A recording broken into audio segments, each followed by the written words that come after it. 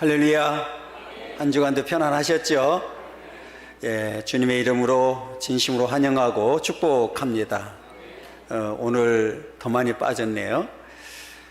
이 시간에는 우리 영상으로 함께 예배를 드리는데 있는 처소에서 은혜 가운데 예배 잘 드리기를 원합니다. 똑같은 주님의 은혜와 축복이 임하기를 간절히 소망합니다. 오늘 본문을 이해하려고 하면 1절부터 3절까지 먼저 조금 살펴봐야 됩니다. 오늘 본문의 내용은 호세아 전체는 이제 타락해서 한마디로 말하면 하나님을 바르게 섬기지 못해서 비참한 상황에 빠지게 되었죠. 소위 말하면 나라가 없는 그런 삶을 살게 되었다가 이제 돌아오면 하나님께서 회복시켜 주겠다, 그리고 더 많은 축복을 주시겠다고 하는 그런 내용입니다. 그러면서 우리 1절 14장 1절에 보면 여호와께 돌아오라고 이렇게 이야기를 합니다. 이스라엘아, 내 하나님 여호와께로 돌아오라. 내가 불의함으로 말미암아 엎드러졌다. 지금 상태는 아주 비참한 상황에 있는데 그럼에도 불구하고 돌아오라 이렇게 이야기를 하는데, 돌아올 때 그냥 돌아오라고 이렇게 얘기질 않았어요. 뭐를 가지고 돌아오라고 그랬어요? 2절에 보면 너는 말씀을 가지고 여호와께 돌아와라. 그리고 모든 불의를 버리고 돌아와라. 앗수르를 의지하지 말라. 말들을 의지하지 말라. 우상을 버려라. 그리고 여호와께로 말씀을 가지고 돌아오라. 이렇게 이제 권고를 하고 있습니다. 그러면서 이제 우리가 읽은 본문으로 돌아오면 하나님께서는 이렇게 징계를 하신 이후에 베푸실 회복에 대한 약속을 말하고 있는데, 살펴보니까 세 가지 정도로 이제 할 수 있는데, 징벌을 통한 선민, 치유와 사랑의 회복에 대한 약속이고, 돌아온 선민을 향한 축복의 회복의 약속, 선민과 여호와의 순결한 관계의 회복에 대한 약속 등이 포함되어 있습니다. 이 말은 하나님께서는 그 선택된 백성들은 결코 멸망시키지 아니하고, 또 일시적으로 징계는 하지만 반드시 회복시켜 준다는 사실을 우리에게 가르쳐 주시는데, 그 징계를 통해서 하나님은 깨닫기를 원하고 그들이 이제 회복과 구원을 위해서 이제 주시겠다고, 회복시켜 주시겠다고 약속을 해 주셨습니다. 문제는 이제 구원과 회복을 주시는데 그냥 주시지는 않더라고요. 그러니까 죄에 대한 징계와 진실한 회개를 통해서 회복시켜주는 역사를 보게 됩니다. 그러면서 하나님께서는 오늘 본문을 통해서 이렇게 선민을 향해서 얼마나 오래 참으시고 긍휼을 베푸시는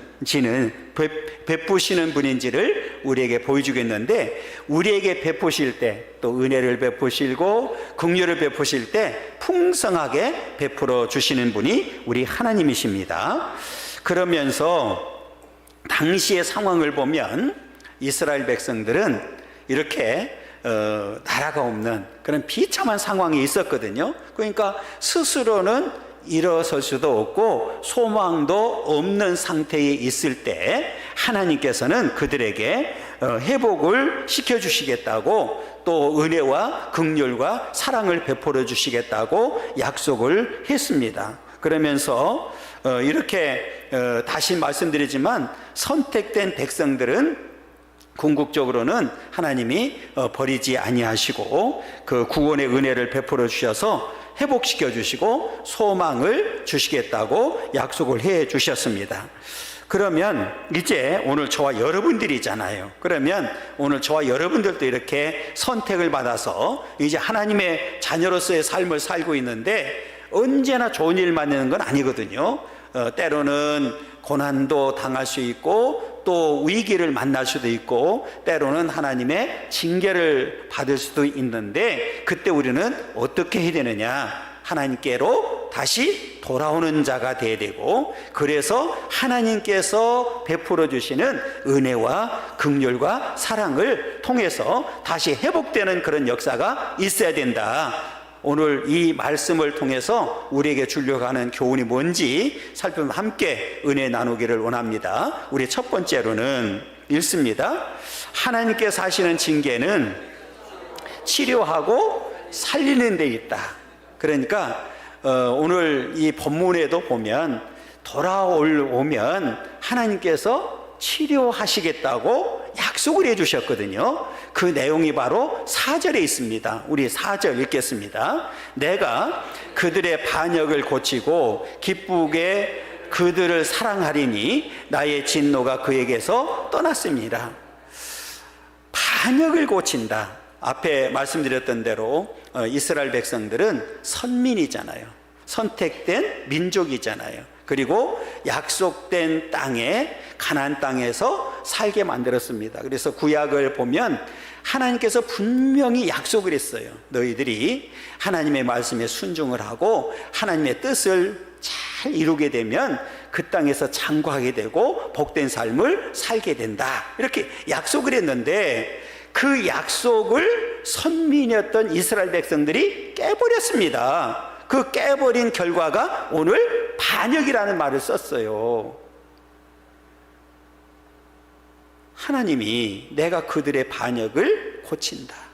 반역을 했단 말이에요. 반역이 뭐예요? 하나님과의 관계가 깨져버린 거예요. 뭐 때문에? 불순종 때문에. 뭐 때문에? 우상 때문에. 그래서 하나님이 없는 삶을 살게 된 거예요. 그러니까 하나님이 없다는 얘기는 하나님과의 관계가 완전히 깨져버린 거예요. 그러니까 이거를 하나님께서는 반역이라고 그렇게 표현했거든요. 그런데 그렇게 이 반역을 행할 때에 하나님께서는 그들을 완전히 버리지 아니하시고 그 징계를 통해서 깨닫고 돌아오기를 원하셨어요. 그래서 돌아온 자들을 향해서 하나님께서 뭐라고 얘기냐면 고친다, 이렇게 말씀하고 있거든요. 이 고친다는 단어는 오늘 보면 라파잖아요. 치료하다, 이제 이런 의미입니다. 그런데 그냥 치료가 아니라 하나님께서 고치고 치료할 때는 완벽한 치료를 하시는 줄 믿습니다. 그래서 이 반역한 백성들을 내가 뭐 한다고요? 치료해 주겠다, 고쳐 주겠다. 그런데 완벽하게 고쳐주겠다고 약속을 합니다. 그러면서 뭐라고 얘기하냐면 그동안에 내렸던 진노를 내가 다 거둬드리겠다.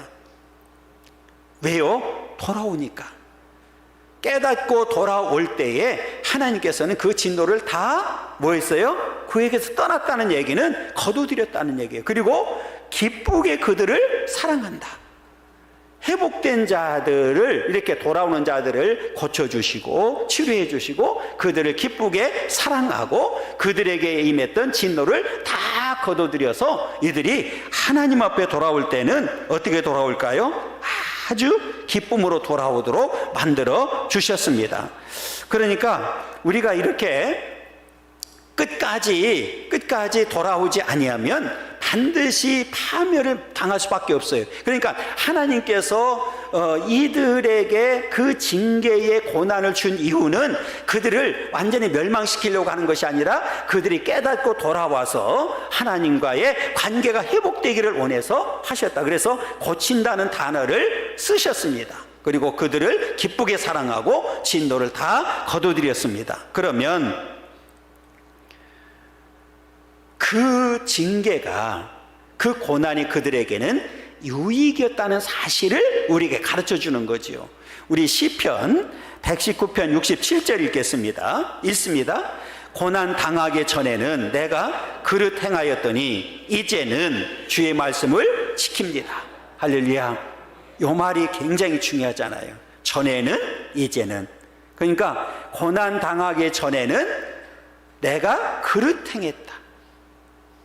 잘못된 길로 갔다. 하나님의 말씀에 불순종했다.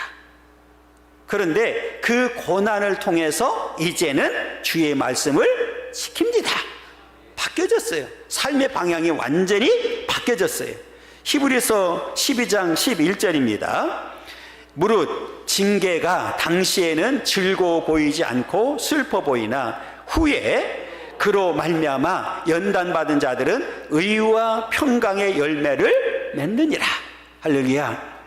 이게 왜 하나님께서는 이렇게 징계를 하고 때로는 연단을 하게 되는지를 우리에게 가르쳐주고 있습니다. 우리가 그냥 예를 들면 큰 병을 우리가 앓게 되잖아요. 사람이 살다 보면 병이 없는 사람 누가 있겠어요?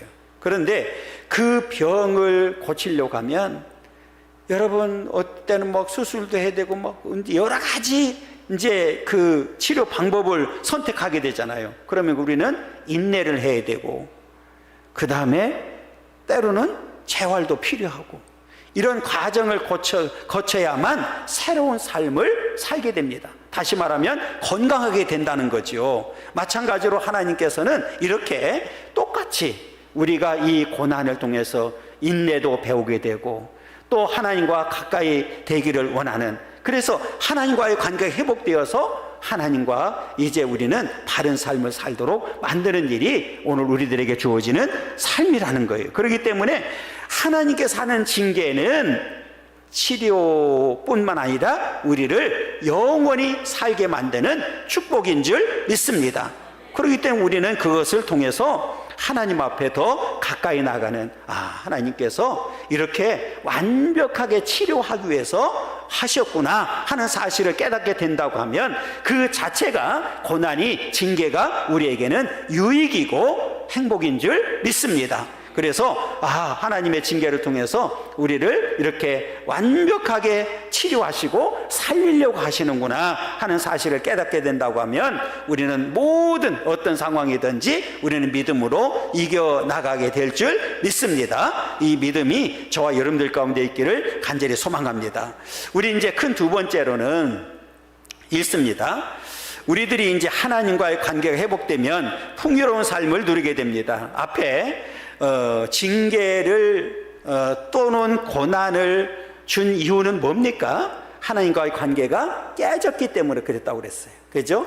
하나님 관계가 깨졌기 때문에 이런 고난이, 징계가 올 수밖에 없었다. 그런데 그 고난과 징계를 통해서 다시 하나님과의 관계가 어떻게 되기를 원하셨어요? 회복되기를 원하셨어요. 그래서 가장 중요한 일이 뭐냐면 하나님과의 관계가 회복되는 거예요. 우리가 흔히 그런 얘기 하잖아요. 인간 관계도 관계라고 얘기하잖아요. 인간도. 그죠? 그러면 관계가 깨져버리면 어때요? 마음이 닫혀지잖아요. 그죠?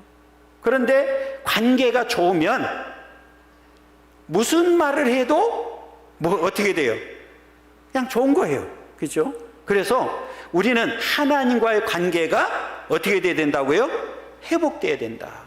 그래서 이스라엘 백성들이 이제 그런 고난을 당하고 징계를 통해서 다시 돌아오게 되었는데 그 돌아오게 된 이유가 뭐냐면 하나님과의 관계가 회복되었기 때문에 그렇습니다. 그러니까 이제 영적으로 보면 저와 여러분들도 이제 하나님과 완전히 회복된 관계인 줄 믿습니다.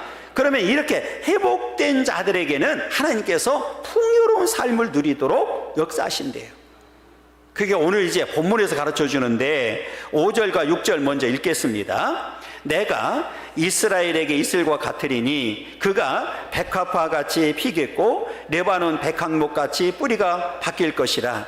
그의 가지는 퍼지며 그의 아름다움은 감람나무 같고 그의 향기는 레바논 백향목 같으리니 그랬어요. 이제 관계가 회복되니까 여기 전체적으로는 무슨 말이냐면 풍요를 누린다는 얘기예요. 하나님께서 이렇게 하나님과의 관계가 회복되면 풍요로운 삶을 누리도록 역사해 주시겠다. 가장 먼저는 뭐가 나왔어요? 이슬이 나왔잖아요. 내가 이스라엘에게 이슬과 같다. 우리나라는 조금 이해하기가 어려운 부분인데 팔레스타인 지역에는 건기와 우기로 나누거든요. 그러니까 우기 때에 비가 내리고 건기 때는 거의 비가 오지 않는다고 보면 돼요. 그러면 그 건기 때는 뭘로? 예, 이슬입니다. 특히 일교차가 크기 때문에 그냥 우리나라도 이슬 있잖아요. 이슬.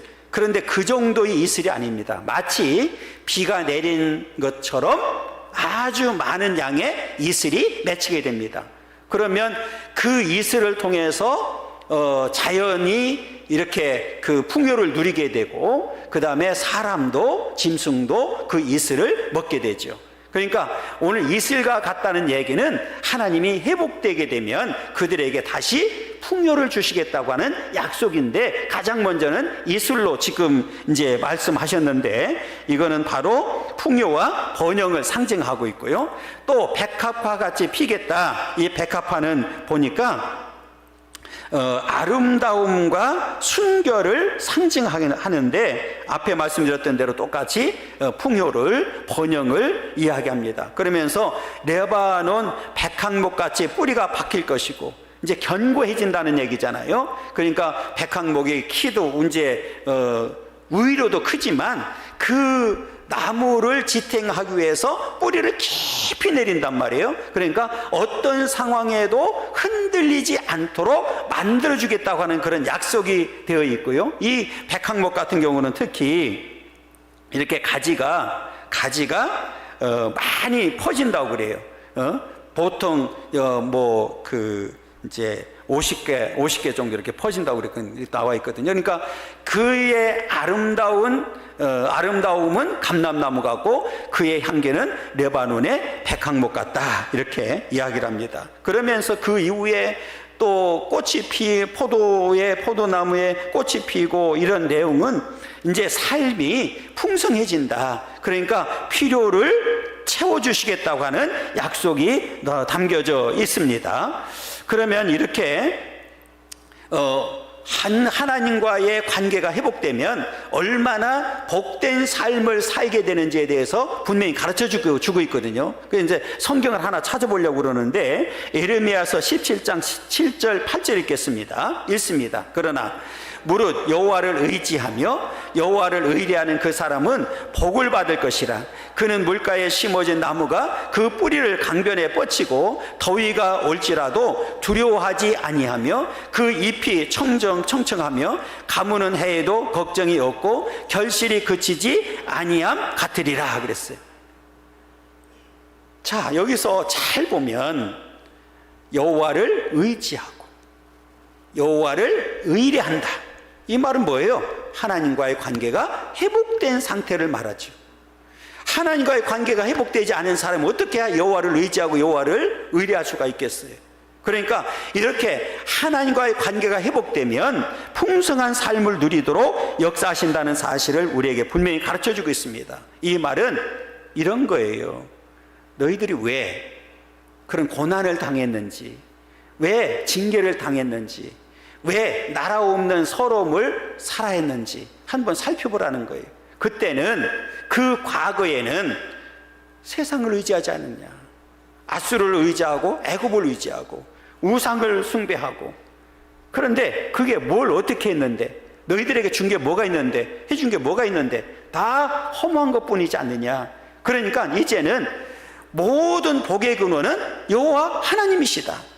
너희들에게 주시는 모든 것들은 다 하나님께서 주신다는 사실을 가르쳐 주는 거예요. 그래서 하나님과의 관계가 회복되면 이렇게 풍성한 삶을 누리게 된다는 사실을 우리에게 분명히 가르쳐 주고 있습니다. 그렇기 때문에 반드시 돌아와야 된다. 돌아와서 연합한 자, 하나님과 연합한 자, 하나님만을 의지하는 자, 하나님만을 섬기는 자들에게는 놀라운 축복을 주시겠다고 약속을 해 주셨습니다. 그러니까 오늘 이 땅에 사는 동안에 이렇게 하나님께로 돌아와서 관계가 회복되면 풍성한 삶을 누리게 되고 축복된 삶을 누리게 되고 흔들림 없는 삶을 누리게 된다는 사실을 분명히 기억하고, 앞으로 남은 생에 이제 하나님과의 관계가 회복된 상태에서 복된 삶을 누리기를 간절히 소망합니다. 그러면서 이렇게 하나님과의 관계가 회복되어서 돌아온 자들에게 주시는 그 축복을 어떻게 누리고 있는지를 가르쳐주고 있는데, 세 번째입니다. 큰 세 번째 읽습니다.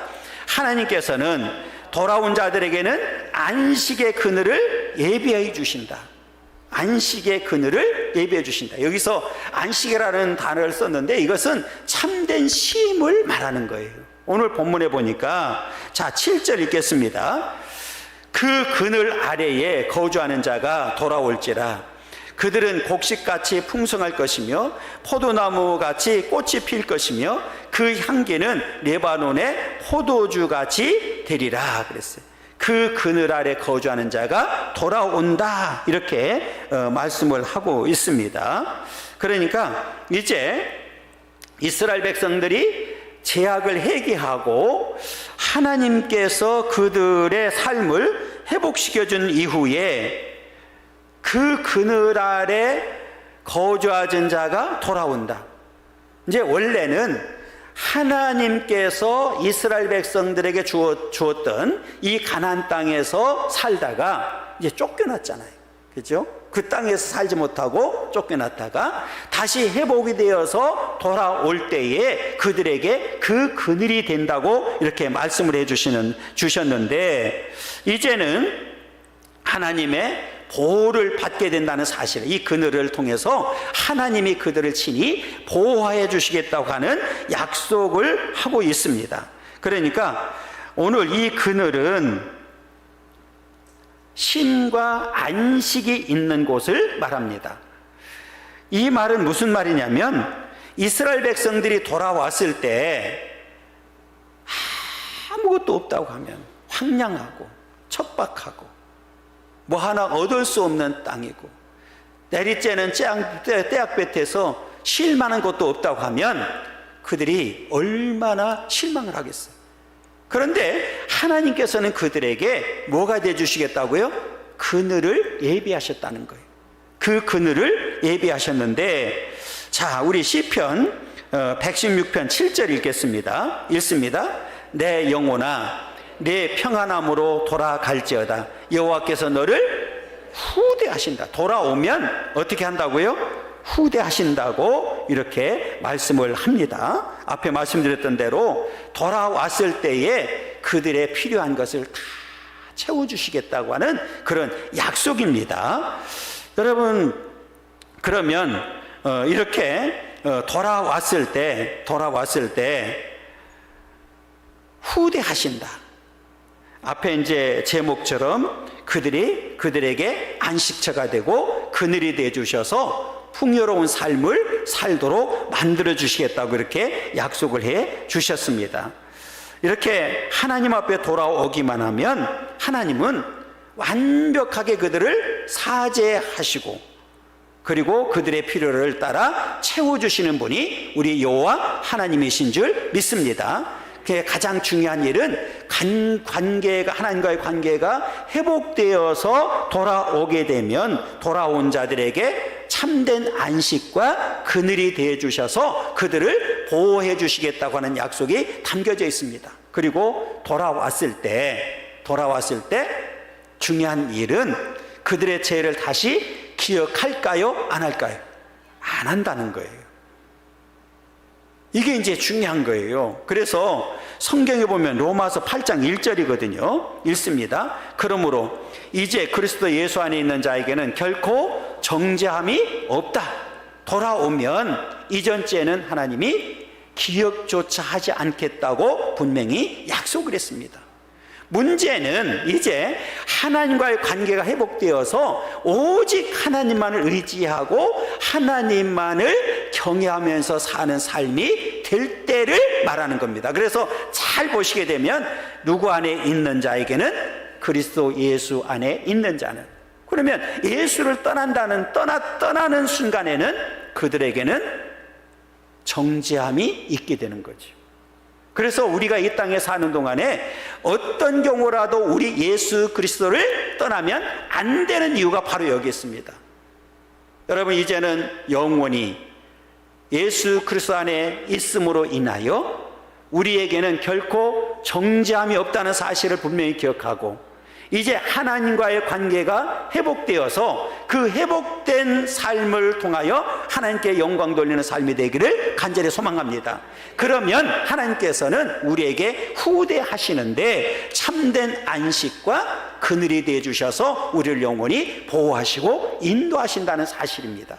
그게 이제 마태복음 11장 28절 29절인데 읽습니다. 수고하고 무거운 짐진 자들아 다 내게로 오라. 내가 너희를 쉬게 하리라. 나는 마음이 온유하고 겸손하니 나의 멍에를 메고 내게 배우라. 그리하면 너희 마음이 쉼을 얻는다. 쉼을 얻으리라. 오늘 이 참된 안식과 쉼이 저와 여러분들 가운데 있기를 간절히 소망합니다. 그런데 여기서 말씀하시는 이 안식과 쉼은 일시적인 게 아니에요. 영원한 쉼과 안식입니다. 그렇기 때문에 오늘 이렇게 예수 그리스도를 믿고 예수 그리스도 안에 있으면 정죄함이 없고 하나님과의 관계가 회복되었기 때문에 오늘 저와 여러분들에게는 영원한 안식이, 참된 쉼이 예비되어 있는 줄 믿습니다. 여러분, 그 나라가 하고 싶잖아요. 그 나라가 어디입니까? 우리의 본향이 천국입니다. 그러니까 이 세상에서 뿐만 아니라 우리는 천국에서도 영원한 안식을, 참된 쉼을 누리게 된다는 사실을 가르쳐주고 있죠. 자, 우리 요한복음 14장 2절 3절 한번 읽겠습니다. 읽습니다. 내 아버지 집에 거할 곳이 많도다. 그렇지 않으면 너희에게 일렀으리라. 내가 너희를 위하여 거처를 예비하러 가노니 가서 너희를 위하여 거처를 예비하면 내가 다시 와서 너희를 내게로 영접하여 나 있는 곳에 너희도 있게 하리라 그랬어요. 할렐루야. 우리를 위해서 거처가 완벽하게 준비되었습니다. 그래서 이렇게 예수 안에 있고 더 이상 정죄함이 없고 하나님과의 관계가 회복되어서 참된 쉼과 안식을 누리는 자들에게는 이 천국에서도 영원히 누리게 된다는 사실을 분명하게 가르쳐주고 있습니다. 이 축복이 저와 여러분들 가운데 있기를 간절히 소망합니다. 그러면서 8절에 보면 이렇게 얘기합니다. 읽습니다. 에브라임의 말이 내가 다시 우상과 무슨 상관이 있으리요 할지라. 내가 그를 돌아보아 대답하기를 나는 푸른 잣나무 같으니 내가 나로 말미암아 열매를 얻으리라 하리라 그랬어요. 이제 하나님이 대답하십니다. 그러면서 내가 다시 우상과 무슨 상관이 있으리요. 그러니까 이 말은 왜 하나님과의 관계가 깨졌느냐, 그리고 왜 그런 고난과 징계를 받을 수밖에 없었느냐, 결국은 하나님을 떠나서 우상을 숭배했단 말이에요. 그런데 그 우상이 나를 더 비참하게 만들어버렸어요. 그래서 이제는 나는 우상과 상관이 없게 되었다. 그러면 이제 우상을 버리고 누구를 다시 돌아왔어요? 하나님께로 다시 돌아와서 하나님과의 관계가 회복되었습니다. 그때 하나님께서는 앞에 내가 그늘이 되어 주시겠다고 약속한 것뿐만 아니라 나는 푸른 잣나무 같다 그랬어요. 신구약을 통틀어서 하나님을 나무로 비유한, 물론 예수님이 요한복음 15장에 보면 나는 포도나무요 너희는 가지다 이렇게 말씀했는데 하나님을 나무로 비유한 것은 처음입니다. 그런데 오늘 나는 푸른 뭐 같다고 그랬어요? 잣나무 같다고 그래요. 잣나무. 뿌리를 깊이 내려오고 늘 푸르르거든요. 그리고 내가 나로 말미암아 열매를 얻으리다. 이 얘기는 하나님께서 너와 항상 함께 내 곁에 있으면, 내가 늘 내 곁에 있으면서 내가 너를 도와줄게 이런 의미입니다. 그러니까 하나님은 하나님과의 관계가 회복되어 돌아오면 우리에게 그늘이 되시는 것뿐만 아니라 우리를 떠나는 법이 있다 없다? 없어요. 절대로 우리를 떠나지 아니하고 늘 우리 곁에서 우리를 도와주시고, 그래서 우리는 영적 열매를 맺고 하나님께 영광 돌리는 삶을 살게 되는 줄 믿습니다. 그래서 우리는 이 땅에 사는 동안에 더불어서 풍요로운 삶을 살도록 만들어 주셨습니다. 여러분, 이 축복이 이제 저와 여러분들 가운데 임하기를 간절히 소망합니다. 이제 우리 이제 마지막 우리 네 번째 우리 살펴보려고 하는데, 그러면 이렇게 이제 하나님과의 관계가 회복되어서 하나님이 친히 그늘이 되어 주시고 우리에게 이 풍요로운 삶을 살도록 만들어 주셨는데, 그러면 우리는 이 세상 사는 동안에 그 축복을 계속 누리려고 하면 어떻게 되느냐? 오늘 답을 줬어요. 우리의 삶의 기준은 오직 뭐라고요? 하나님의 말씀이다. 할렐루야. 우리는 절대 말씀에 순종하고 말씀을 붙들고 말씀에 의지해서 살게 되면 오늘 앞에서 말씀해 주셨던 하나님 관계가 회복이 되고 늘 그늘이 되어 주시고 우리 잣나무같이 늘 우리 곁에 있어서 우리에게 풍요로운 삶을 살도록 복된 삶을 살도록 만들어 주신다. 오늘 9절 읽어보겠습니다. 9절 읽습니다. 누가 지혜가 있어 이런 일을 깨달으며 누가 총명이 있어 이런 일을 알겠느냐? 여호와의 도는 정직하니 의인은 그 길로 다니거니와 그러나 죄인은 그 길에 걸려 넘어지리라. 오늘 본문에서 여호와의 도라고 하는 단어가 나옵니다. 호세아 전체를 말한다고 보지만 더 넓은 의미에서는 신구약 성경 전체를 말한다고 보면 됩니다. 그런데 오늘 여호와의 말씀은 중요한 단어가 또 나오죠. 정직하다. 하나님 말씀은 뭐라고요? 정직하다 그랬습니다. 그 진리가 절대적으로 올바르며 한치의 오류도 없이 정확하고 진실하다는 말입니다. 그러니까 지금 이제 호세아가 말하고 싶은 게 뭐냐면, 왜 과거에 하나님과의 관계가 깨졌느냐? 여기 있는 거예요. 하나님의 말씀은 정직한데 그 말씀을 믿지 아니하고 정직하지 아니한 세상 것을 의지하고 우상 숭배하다가 망해버렸다, 그 말이에요. 그러면 이제 돌아온 백성들은, 하나님과의 관계가 회복된 자들은 이제 앞으로 남은 생에 모든 삶의 기준은 뭐가 되어야 된다고요? 오직 하나님의 말씀에 있어야 된다. 왜? 하나님 말씀은 정직하기 때문에 그렇습니다. 그러면서 이 말씀의 기준에 따라서 어떤 사람은 의인의 길을 걸어가는 사람이 있는가 하면 어떤 사람은 죄인의 길을 걸어가고 있다. 아무리 정직한 말씀이라 할지라도 받아들이는 사람에 따라서 의인의 길을 가는 사람과 죄인의 길, 멸망의 길을 가는 사람이 있다. 그런데 사랑하는 여러분, 저와 여러분들은 이미 지금 어떤 길을 걸어가고 있습니까? 의인의 길을 걸어가고 있습니다. 여러분, 끝까지 그 길을 걸어감으로 인하여 마지막까지 승리하는 삶이 되기를 간절히 소망합니다. 우리가 승리하는 비결은 딱 하나입니다. 오직 뭐가 기준이 되었을 때? 말씀이 기준이 되었을 때 가능합니다. 그래서 우리가 대부분 이제 성경을 이야기할 때, 요 말씀을 이야기할 때 성경 바로 붙어있는 두 성경을 들고 나올 때가 많이 있는데, 하나는 여호수아서입니다. 우리가 잘 아는 대로 여호수아서는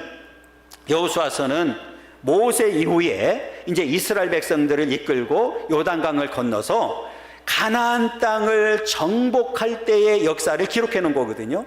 그런데 그 당시의 상황을 보면 이제 여호수아 1장에 보면 하나님께서 여호수아가 막 두려워할 때 두려워하지 말아라, 담대하라, 내가 너와 함께 하겠다, 좌로나 우로나 치우치지 말고 오직 이제 의의 길을 걸어가라고 이렇게 명령을 하거든요. 그것을 이 여호수아는 기억하고 그 정복을 할 때에 오직 말씀에 의지해서 정복을 하게 됩니다. 그래서 그 땅을 다 차지할 수가 있었고 전쟁을 할 때마다 승리하는 역사가 있게 됩니다.